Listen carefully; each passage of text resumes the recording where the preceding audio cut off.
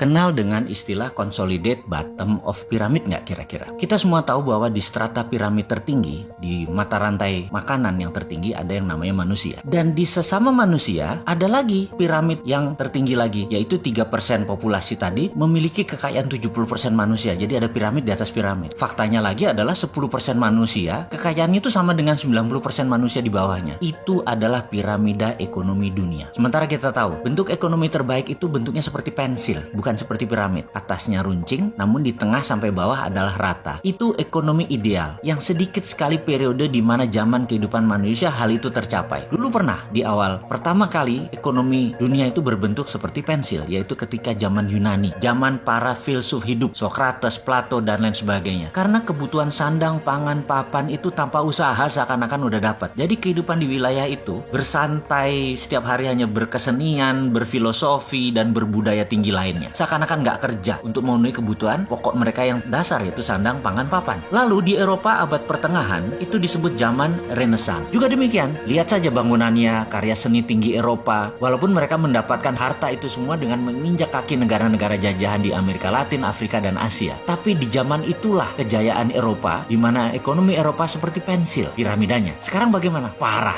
Dasar piramidanya lebar, mengecil di tengah, serta tinggi tajam di atas. Karena apa? Karena selain the winnersnya sudah ada, the winners takes all, mereka juga menggunakan kekuatan pemerintah sebuah negara untuk menjadi pion mereka, mengatur agar kekayaan mereka menjadi abadi. Itulah strategi para kapitalis di top of pyramid pada saat-saat ini. Setelah itu ada lagi, ternyata mereka di atas tuh tidak bercerai-berai, mereka di atas tuh consolidate, bergabung bersama. Jadi sudah kecil, sedikit, kompak lagi. Jadi secara individu, mereka ini menguasai piramida terbalik. Jadi kalau jumlah mereka, piramidanya benar, tapi secara harta yang kecil itu menguasai piramida terbalik, hartanya terbanyak. Jadi sistem apa yang mereka gunakan untuk mempertahankan kekayaan mereka itu? Yes, benar, mereka menggunakan bank. Bank itu kapal keruk harta tabungan orang-orang kecil, dikumpulkan di mana-mana lalu diberikan untuk komunitas 3% pebisnis. Karena pebisnis yang punya jaminan hanya 3%, sisanya walaupun nabungnya di bank yang sama nggak akan keluar dikasih kredit atau pinjaman. Gila nggak tuh? Setelah itu Kementerian Keuangan, Bank Indonesia semua membuat aturan melindungi yang 3% itu untuk keuntungan yang 3% itu. Jadi rakyat kecil melihat bank sentral, melihat bank adalah simbol kapitalis. Coba lihat KUR ya, kredit usaha rakyat. 1 bulan bunganya 2% atau setahun 24%. Itu buat rakyat. Sementara kalau buat konglomerat setahun 9%. Bayangin, itu realita kan? Ini gila kalau didiamkan. Lalu ke depan bagaimana? Kita ini bukan tukang ngeluh. Kita ini ingin memberikan solusi walaupun rada nyeleneh. Karena kita harus memberi peringatan kepada semua orang dan memberikan solusi. Jadi caranya gimana? Yaitu dengan new economic model, yaitu dengan cara konsolidasi bottom of pyramid. Itu teorinya. Dan prakteknya kita sudah bangun. Bahkan saat organisasi tersebut sudah jalan. Kok belum banyak yang tahu? Ya terang saja, hegemoni pengusaha ekonomi sekarang gerah. Bisa-bisa bank tutup. Karena bank itu kan sumber riba, keuangannya pakai pinjaman. Bank tutup, fintech tutup kalau kita jalan. Karena kita bisa melepas cengkraman kapitalis. Kita bisa membuat rakyat jadi berkuasa. Tapi sayang, belum bisa jalan. Tapi kita nggak nyerah. Karena apa? Karena kemakmuran itu hak semua orang. Solusinya sekali lagi di mana? Solusinya segera setelah video ini. Selamat menyaksikan.